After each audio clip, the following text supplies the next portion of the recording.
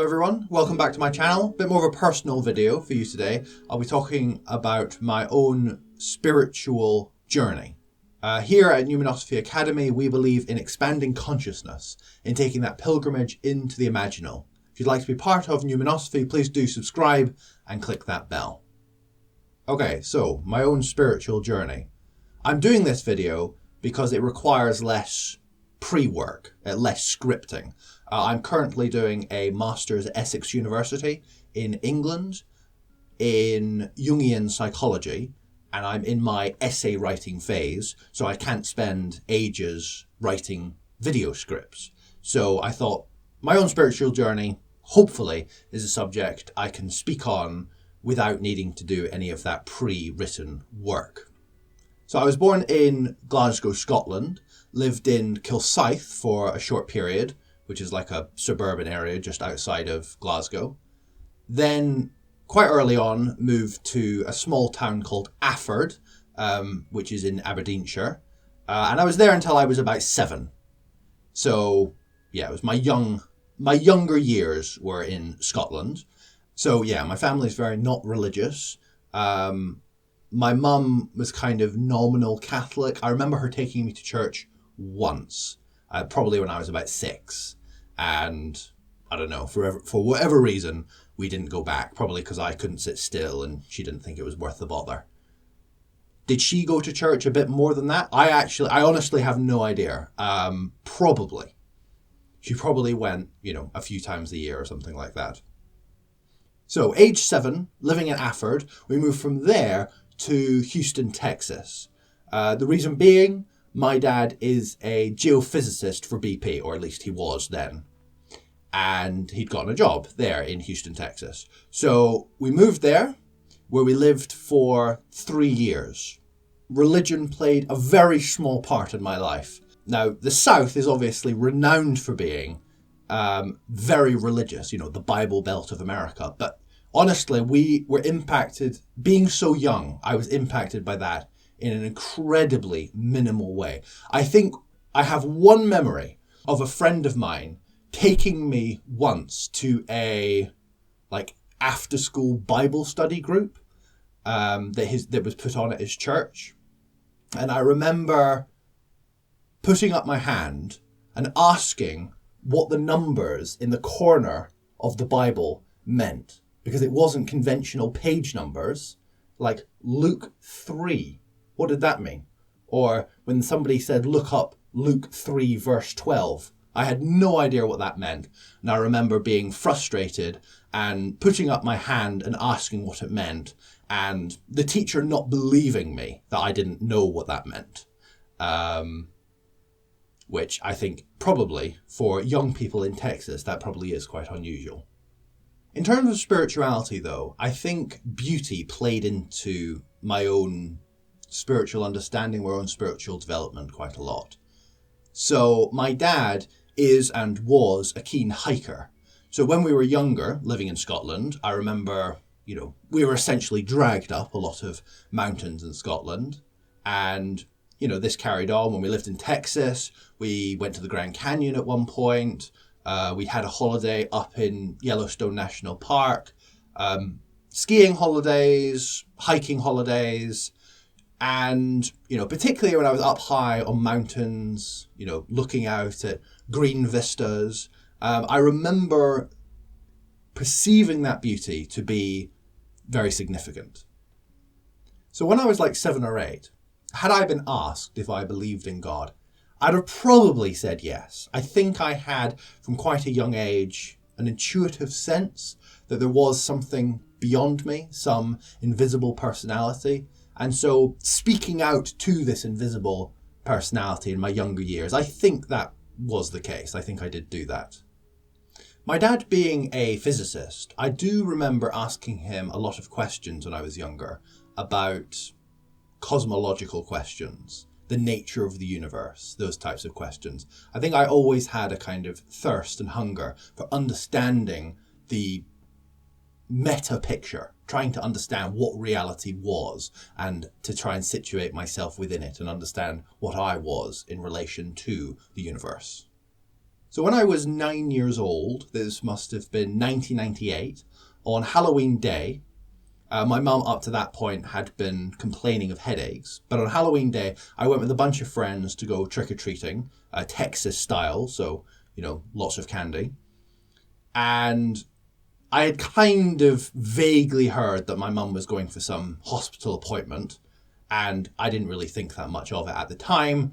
But then later on, once my dad came to pick me up, it transpired that during the day, my mum had died. She went to the hospital to have her headaches kind of checked out, and it turned out that she had a brain hemorrhage, and so she just fell asleep there in the waiting room as she was waiting to be seen by the doctor. Now, this didn't throw up immediate spiritual questions for me. I didn't think, why me? Or, God, why would you do this? Or even, where is my mum going? It didn't throw up questions about heaven or anything like that. It didn't consciously draw any of those questions out of me. However, unconsciously, I can't not believe that event in my life had a huge impact on everything which subsequently followed. So around 98, 99, I'm not exactly sure when this happened, but not that long after my mum died, we moved back to the United Kingdom from Texas. And I was put into an all-boys boarding school called Morehouse School, which was a Catholic boarding school. It was very gentle in its Catholicism, but it did have a daily chapel in which we'd all kind of pile into the chapel in the morning, and the headmaster would give us his kind of thought for the day type thing. Again, even though I'm at a Catholic school and we're going to chapel every day, I wouldn't say even then religion is playing a big part in my life. It's very kind of gentle Christianity, if you like. But no, otherwise at school, I was very uninterested in religion. We did have religious education classes, but my grades for those classes were terrible. I really had no interest in the subject. I think my top class would have been like maths and then business studies, and then right down at the bottom would have been RE, religious education, and then PE, physical education. So yeah, I think 10-year-old me, 11-year-old me, 12-year-old me, my life aspirations would have been financial success. I wanted to start my own business and somehow make a lot of money, maybe become a lawyer, or, I like computer games a lot as well. So maybe if I could combine them in some way, maybe be involved in the computer games industry, something like that. I think a lot of kids think in that way. In order that I can get my mansion, get my sports car, I was definitely orientated in that direction. So I do all my schooling there, right up to completing my GCSEs. So what is that, age 16, 17, something like that. And during this entire time, I've been what's called a weekly boarder, which means I'm going home for weekends. So I think my dad would come and pick me up on Friday night, and I'd be at home for the weekend. And then on Sunday night, he would take me back, and I would then, sleep at school, wake up, and the day would then begin on Monday. When I completed my GCSEs, however, I moved from that school to going to a sixth form college, which is for A-levels, which is what you do kind of 16 through to 18. And this represented quite a big change for me, because I was now living at home full time and commuting to my sixth form college. So it meant that my life was a little bit more isolated than it had been. I'd been enmeshed within this all-boys community, and I had a status, within this all-boys community. In my final year, I was made head boy of the school. So I'd gone from that kind of life to a life in which it was really just me going home, going to college, and living like that. So I think this transition meant that when it came to sixth form college, I really didn't gel with it that much. I had initially gone in with the idea of pursuing, as I said, this kind of business-orientated direction. So I think I did business studies. I attempted to do A-level mathematics. I attempted to do A-level economics, and they were all a disaster, basically. I had also opted to do AS drama, and I realised that I was much more orientated in that direction. So I guess you could say I had a bit of a midlife crisis at school. I didn't really know what my direction was anymore. And this is also when I had been introduced to the world of girls, because of course I'd been at an all-boys boarding school. And so I got a girlfriend within the first year of me being at sixth form college, and she is the one that introduced me to Christianity proper. So she had started taking me along to a independent evangelical church, which was kind of on the Pentecostal side of things. So this is very much Bible believing, very Bible orientated, kind of hands in the air, happy clappy type of stuff, but also, speaking in tongues, people being slain in the spirit, which is when they kind of feel the power of God overwhelming them, and then they fall on the floor and shake or something like that. So it was a very kind of tactile Christianity, which is what I was first introduced to. That was my first real experience of Christianity as I understood it. So my first year at sixth form college was a bit of a disaster. Apart from drama, I had really only just opted to do drama as a bit of a side project, something fun. In my second year, I focused more on the drama, which I initially thought was more like a hobby, but it became the subject that I found most interesting. I dropped all my kind of business-related topics and instead started a BTEC in health studies. So I'm doing healthcare and drama alongside that. So I think at this point I really didn't know what my direction in life was. Most of the people that did the BTEC in healthcare, I think, went on to go into nursing in the National Health Service. And I think I probably imagined that I would end up doing that. Probably in the kind of psychiatric direction, mental health nursing. Seemed like a good direction to go in, because at least that was more cerebral and about, the way people think, which I was beginning to find more and more interesting as a topic. I was, however, during this period becoming much more interested in Christianity, in my Christian faith, and was giving more and more of my time towards Christianity. So I was traveling to the church in order to be part of youth group events. I was doing the Alpha course, which is a kind of introduction to Christianity, kind of geared in that conservative Pentecostal direction, more or less. I think some churches do use it in the more kind of mainstream liberal direction, but it was originally tailored towards that more conservative orientation. And just going to church each Sunday and being very kind of swept up in this much more conservative, literalistic way of framing my faith, framing Christianity. So it's Bible orientated, believing it to be true in a literal sense. So I think I would have remained skeptical on some of the very fundamentalist Christian implications of that. Like, I was never au fait with like 6-day creationism or anything like that, but I was very conservatively orientated nonetheless. I remember thinking back, actually, that some questions around the literalness of Genesis didn't seem realistic to me, didn't seem true to me. And this concerned my girlfriend at the time. And so she arranged for me to meet with our pastor in order that I could discuss that issue with him. And that conversation was interesting because he did believe it to be literally true in a kind of softish way, and kind of lent in that direction. But he didn't think it was totally necessary to understand it in those ways. I remember him telling me that there were more symbolic and less literal ways the Genesis could be read. So I think I took that as a victory almost, Even the pastor says I don't need to believe this particular part literally, and so that's fine. So as religion becomes increasingly significant to me, this kind of intuitive sense that although the religiosity that I'm experiencing in this moment is significant, there being something beyond which I don't know how to articulate, because I've never been there, is an idea which becomes more important to me.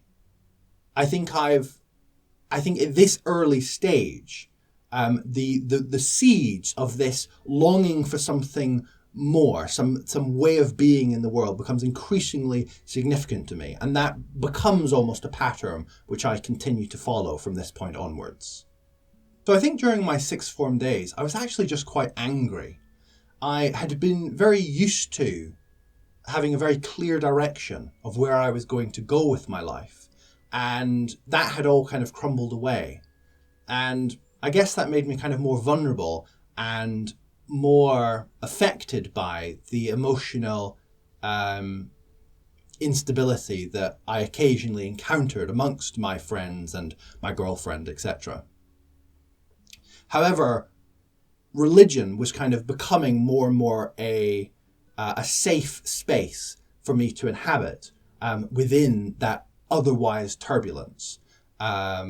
So I started moving in the direction of thinking that perhaps in some way my future didn't lie in nursing, it certainly didn't lie in business, and perhaps it lay in the direction of religion. But remember, at this point, I'm very new really to Christianity, so it's not at all clear to me what the next step in pursuing that kind of life or career or vocation would even look like or entail. So I began exploring with people what kind of things that are kind of church orientated or Jesus orientated I could do. What would becoming a minister, for example, entail? And I remember having conversations with my pastor about that. And it was interesting because he, being in a kind of more independent evangelical type setting, how would I put it? He didn't see Christian education as being the be-all and end-all. He thought that if you were called to ministry, you could essentially just start. You've got the Bible, and if you want to get up and start talking about the significance of Christianity to you, if you want to start preaching, then he was all up for that. And I was very reticent to do that because I was young and naive, and it didn't feel kind of official or proper to me. So it didn't seem like the direction that I should be heading in. So I eventually hit upon the idea of the way you need to do this properly is you need to go to college and you need to study theology. So that then became towards, I don't know when this idea came to me, but towards the tail end of my time at Sixth Form College, I decided that I needed to go to a college somewhere in order to do a degree in theology, with the idea that I would eventually become a preacher, probably in an independent evangelical church like my pastor at the time was.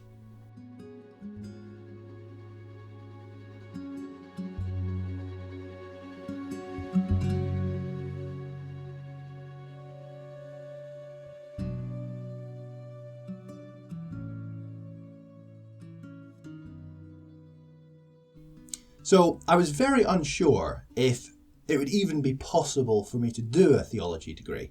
Because of course, I was doing a BTEC in health studies, and I had a A-level in drama. And I wasn't sure if anywhere would even consider a candidate like that. I had no qualifications in religion, apart from, I don't know, maybe a D in GCSE religion, something terrible. This is the early 2000s, so it's kind of the early-ish days of the internet, but you kind of had Yahoo search engine by that point. So I was able to stick in some keywords and begin to kind of discover what was out there in terms of theological education. And I think I liked the idea of going to London, because I was kind of more out in the countryside, and I wanted to study theology. So I think I literally typed into Yahoo, London, space, theology, enter. And the college that came up was the London School of Theology, which was formerly called the London Bible College, which some people know it by. So this seemed like the obvious place for me to go. It was more or less conservatively evangelically inclined, and they offered a Bachelor of Arts in Theology. So I applied. But to my surprise, they did offer me an interview. They also sent me a Bible questionnaire, which I think terrified me at the time, because I remember reading through the questions and thinking, I know virtually none of the answers. I know maybe the answers to one or two of these questions. So my base understanding was incredibly limited. And so I think in answering the questions, I did cheat a little bit.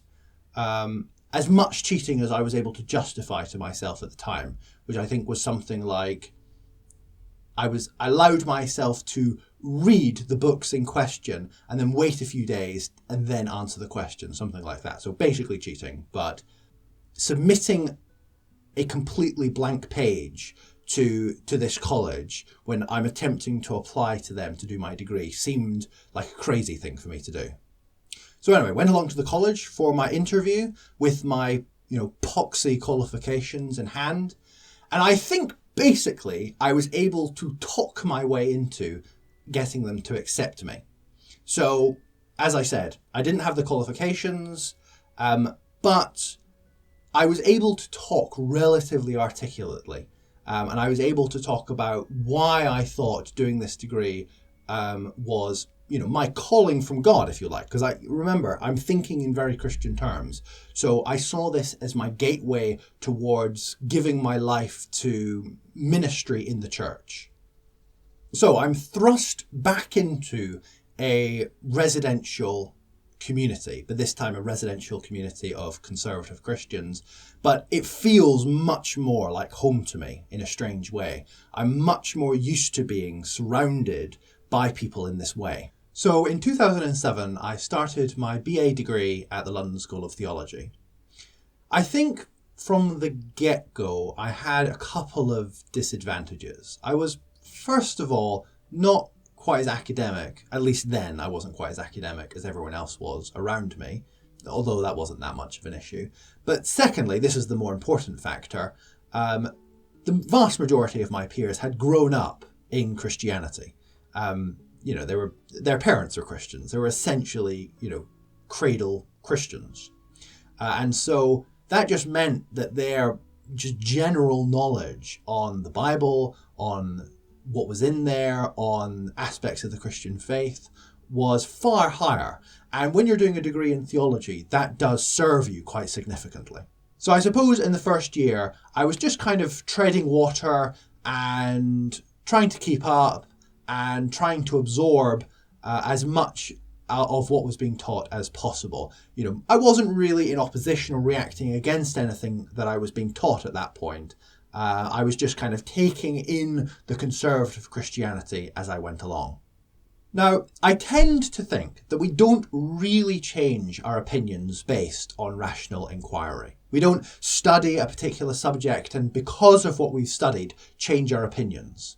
Whatever position that you have, be it on religion or politics or ideology that you perceive as an anathema, as the worst position you could possibly hold, I can guarantee you that there's someone out there that is smarter than you and that's thought about it a lot more than you that holds that exact position. Whether we're aware of it or not, our intuitive sense plays a massive role. Our intuition, if you like, sets the trajectory and our rationality scrambles to keep up. So I suppose as I'm moving from my first year into my second year, my intuition starts to rebel a little bit against this conservative Christianity. I start perceiving certain Christian conservative doctrines as being quite problematic.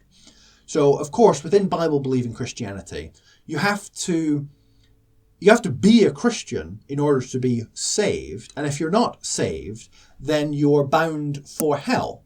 Now, what does hell mean? So this is the type of questions that I was wrestling with and concerned with in the second year of my degree. What is the nature of hell?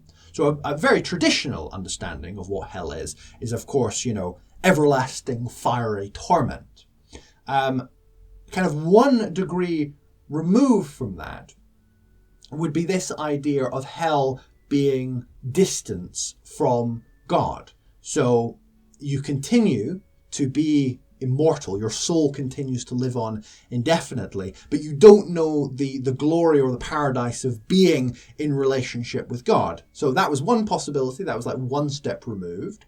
Or another step removed was something like God in his infinite justice and love kept the souls eternally moving forward that believed in him, but those who were outside of his salvific grace, he kind of made, destroyed them in an almost kind of act of compassion. There's not everlasting torment. Those souls just cease to exist. Now, I think these types of questions, to me now, are very close to kind of, the kind of classic, how many angels can you get on the pin of a needle? They're irrelevant in some ways, because they're kind of beyond our knowing anyway, and yet they seemed incredibly important questions to be wrestling with and considering at the time. But ultimately, the significance of those questions kind of dissolved. So I suppose as I moved into the second and third year of my degree, I was beginning to define myself in opposition to what we were being taught and to what we were exploring. Now, what that means is my version of liberal Christianity at that point was like one or two steps removed from a very conservative expression of Christianity. So in the broader picture, what that meant is I was really conservative. I just wasn't as conservative as some of my peers and some of my teachers at the time. So it was also in my second and third year that I met my wife-to-be. So she also comes from a very conservative kind of Christian background.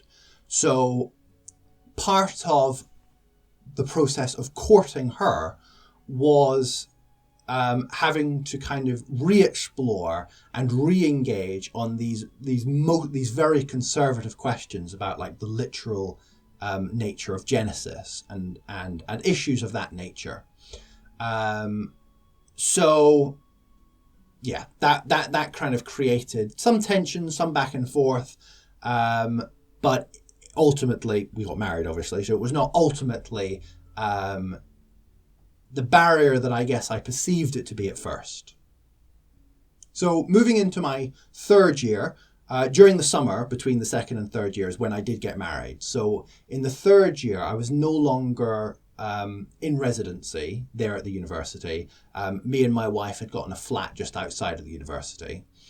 And also throughout the second and third year, I think in many ways my spiritual kind of growth and my understanding about my own faith developed considerably more through conversations I'd have with friends late into the night, as opposed to, what I was really studying or what I was writing essays on. It was really those conversations that caused me to continue to refine and grasp, the direction I was moving towards, which was this more and more liberal kind of expression of Christianity. So emphasizing God as being essentially a force of love within the universe, and therefore not focusing as much upon the significance of these hot conservative issues that people always tend to focus on, like the only women should be in ministry, or the whole LGBTQ issue, or just the nature of the Bible in general. So I was moving more and more in that liberal direction. So now, being in the early portion of my third year, the question of, well, what next arose for me. And it really wasn't, it was beginning to not seem obvious again what direction I should be taking. Remember, I initially came to Bible college in order that I could get a theological education so that I could go back and become like a preacher in an evangelical setting. But that no longer seemed the appropriate direction to move in. So in terms of churchmanship, over this 3-year period, I had started out at the more evangelical end, in terms of like independent evangelical churches, and it was slowly and gradually moving towards Anglicanism, which is the Church of England in the UK, which is quite broad, but in terms of kind of local parishes, tends to be, quite middle of the road, soft Anglican Christian liberalism, essentially. And that's where I was starting to find myself more and more comfortable. So as part of my theology degree, you have to do a placement at some point. And so I opted to do my placement at the local Anglican parish church, which was near the London School of Theology. And then in terms of what was I going to move on to beyond my degree, I started to think that ministry in the Church of England was the appropriate direction to be moving in, because I perceived it as being definitely more progressive than where I currently was, and that was the trajectory I was moving in. And also, I suppose, being the Church of England, it also felt kind of more official. And I felt like if I was going to give my entire life to a career in the church, it made more sense for me to do that within the kind of official constructs of the church, as opposed to like an independent evangelical church, for example, which of course just exists as that single sole institution, so that sole church.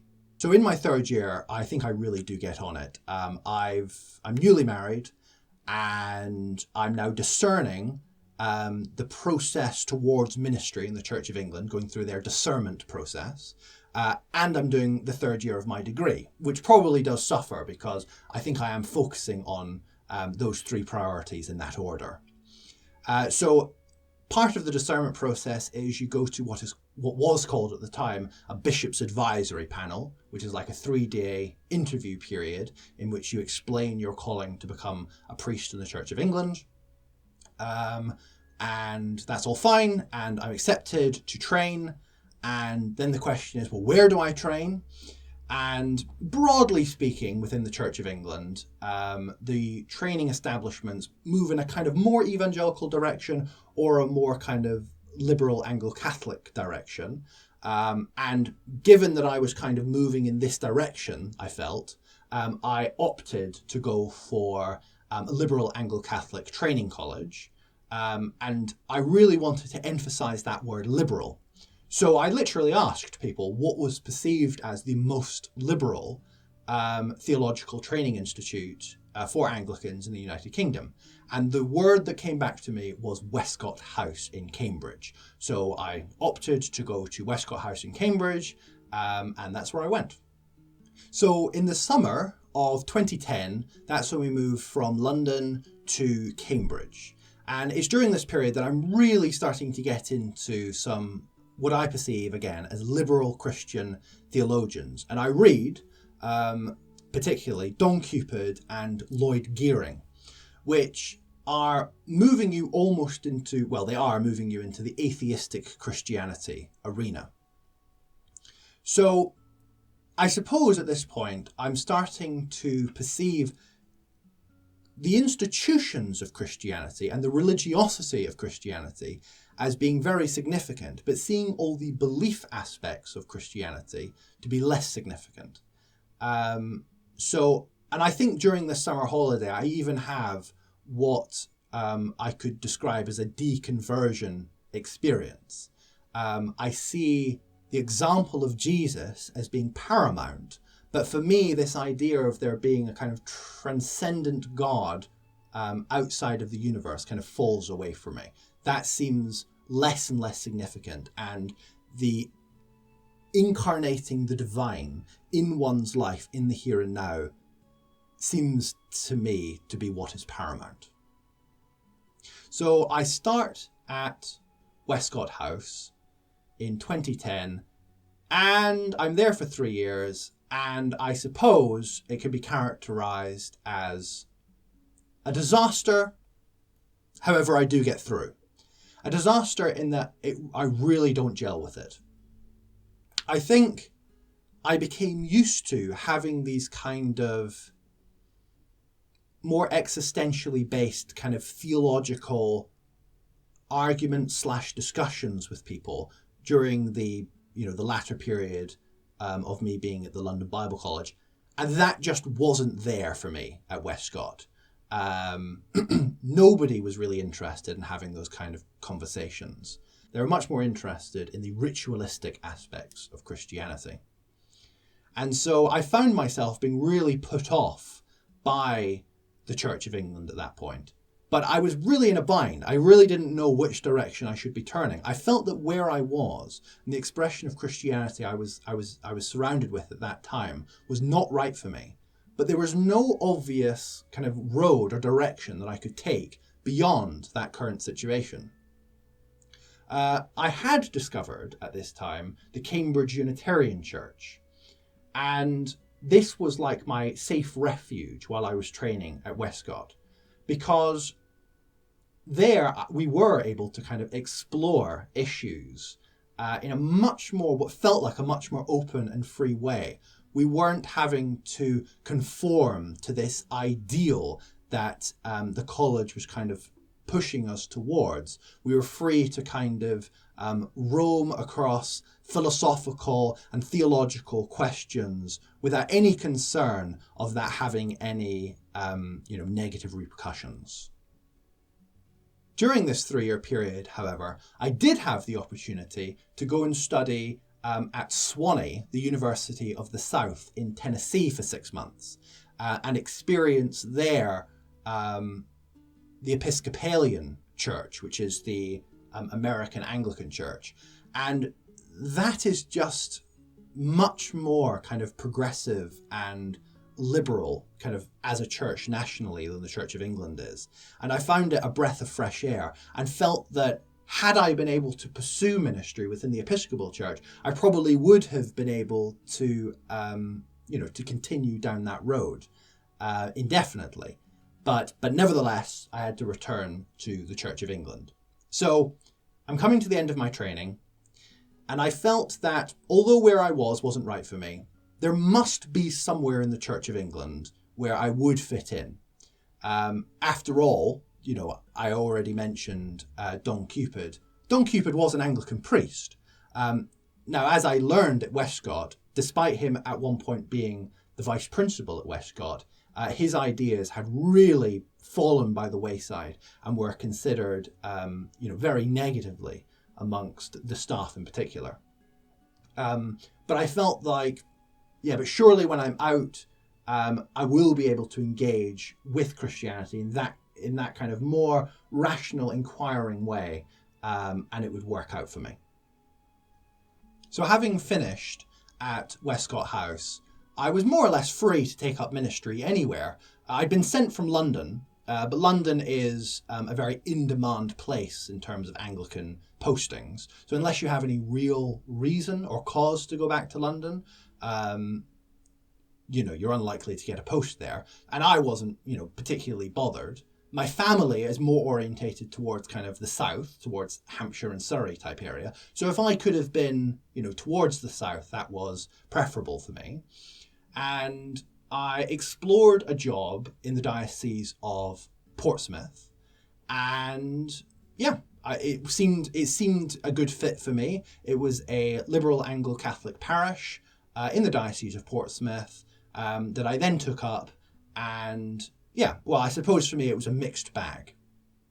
In many ways it was a great post. I had a great training incumbent. It was a great community that I felt I gelled with a great deal. But I suppose in terms of my desire for theological inquiry and my desire to explore issues in a more intellectually robust way, I felt that scratch was not being itched, if you like. So although it was in many ways positive, I started to feel during what is called my curacy, this training post within the Church of England, that in the long term, my place in ministry couldn't continue to be in the Church of England. So a couple of years into my curacy, I decided that I needed to start exploring what alternative possibilities might lie out there. And as I said, when I was at Cambridge, I really resonated with my time at the Cambridge Unitarian Church. That very academic, that very in-depth exploration of very interesting ideas resonated with me a great deal. So I hoped and thought that I might be able to find a job within the Unitarian Church.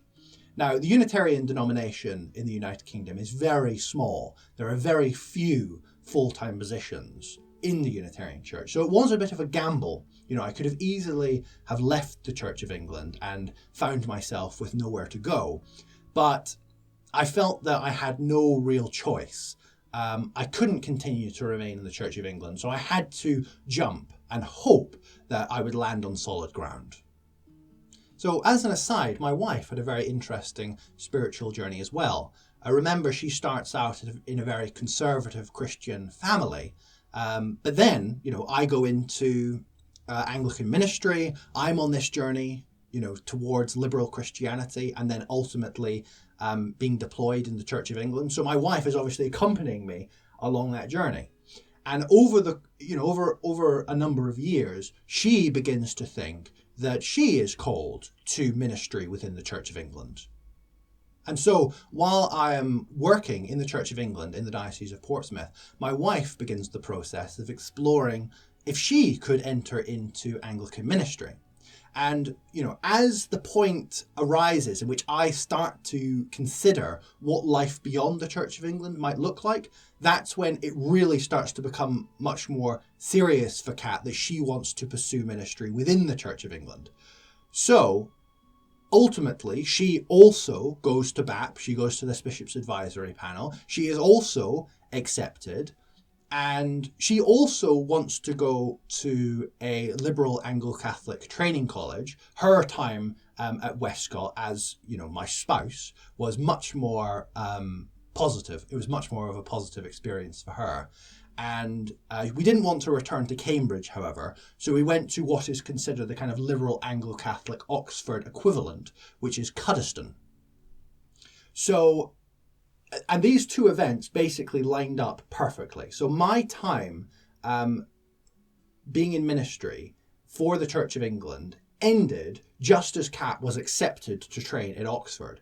So I ended my job in Portsmouth with the hope that I would be able to acquire Unitarian ministerial role just while Kat has been accepted at Oxford. So I leave the Church of England, but I go immediately to live in a theological training college for Anglicans in Oxford. So as you can imagine, that is a very strange thing to transpire. And so we're living in Oxford. My wife is training to become an Anglican priest, and I'm trying to get myself into Unitarian ministry. I'm going around each Sunday and taking services at different Unitarian churches throughout the country. And keeping my eye out for jobs as they arise. And eventually, a full-time post does arise in the Ipswich Unitarian Meeting House, which I look into further, and it seems like the perfect fit for me, ideal for me. A community in which I can really get stuck in and explore some in-depth spiritual topics in just the way that I want to do. And so I apply for that role, and to my delight, I'm accepted.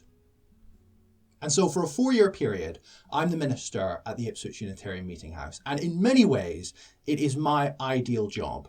It gives me the opportunity to explore topics of a very broad and expansive nature. The Unitarian denomination in the United Kingdom is described by some as being like a religion for those that don't like the idea of organised religion. It kind of spans a space between very liberal Christianity and people that wouldn't consider themselves Christians at all, kind of moving more towards the pluralist end of things. And there's a spectrum there, a very liberal spectrum there. And it's towards the more kind of liberal Christian end that I would situate myself, and do continue to situate myself. But it was so kind of open and expansive that it allowed me to really discuss any subject of a spiritual or religious nature from Sunday to Sunday. So what I tended to do was kind of alternate between subjects of a more kind of liberal Christian nature towards those of a more kind of just broadly spiritual or religious or even religious history nature. So the kind of subjects I'm exploring week to week are very much in line with the kind of topics you can find on my YouTube channel. I start becoming very interested in the power of imagination. This arises out of my interest in the American Transcendentalists. The American Transcendentalist movement begins as a kind of reform movement within American Unitarianism. So there's a lot of connection between American Transcendentalism, Ralph Waldo Emerson, and Unitarianism, even in the UK. You know, a lot of those transcendentalist ideas kind of seep back into the UK Unitarian tradition. And I very much perceived myself as being part of that stream. It also creates the space for me to explore some of these more esoteric dimensions to spirituality. So I become interested in the Theosophists, in Rudolf Steiner, in the Anthroposophists, and in those kind of more occult orientated traditions, because this is a period in which I'm kind of exploring spirituality very broadly. And I also discover Carl Jung and his analytical psychology and his approach to spirituality as well. So although I said kind of tongue-in-cheek that it's the religion for those that are kind of allergic to organized religion, it is, of course, still an organized religion. And it's those aspects of Unitarianism, it's aspects of acting and operating like a denomination, being part of a structure of people, those are the aspects that don't gel with me as much as the kind of more day-to-day aspects of the job, i.e. preparing these long services for each Sunday, exploring various spiritual issues that I find interesting. And also by this point, my wife has finished her training at Oxford, and she has taken up a post in Ipswich as well, quite close to where we live. So we're both working full-time in ministry, but I begin to explore the possibility of doing further study in the direction of one of these figures that I find interesting. And I discover that there is a Jungian studies program. And so after much soul searching and exploration, I decide to leave my post at the Unitarian Meeting House in order to pursue my master's in Jungian studies. And that brings you up to date. That is my spiritual journey so far. Where it will lead next, I'm back in this place of not being too sure about that. My wife's post in the United Kingdom here in Ipswich is coming to an end, and so we're just beginning now to explore what her next step will be in terms of ministry, and we are looking outside of the United Kingdom. So we could very well be moving back in a kind of westward direction, but that remains an open question, and we'll see where the journey takes us. But in terms of what I've been doing in terms of my own spiritual journey, is I've been focusing more and more on this channel. This is, if you like, become my substitute for getting into a pulpit each Sunday, is that I'm able to explore issues of spirituality here. This has been a very kind of cursory overview of my spiritual journey, and I haven't even really began to articulate where I am in terms of my spirituality now, because that's such a broad topic, I wouldn't even know where to begin. That really needs to be unfolded gradually over the course of the videos I'm doing here on my channel. So you'll be able to discern that to some degree through watching my material. Anyway, thanks for watching. I'll see you next time. Thanks to my Patreon subscribers.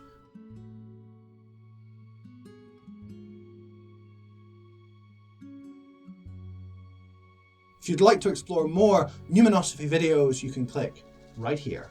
See you next time.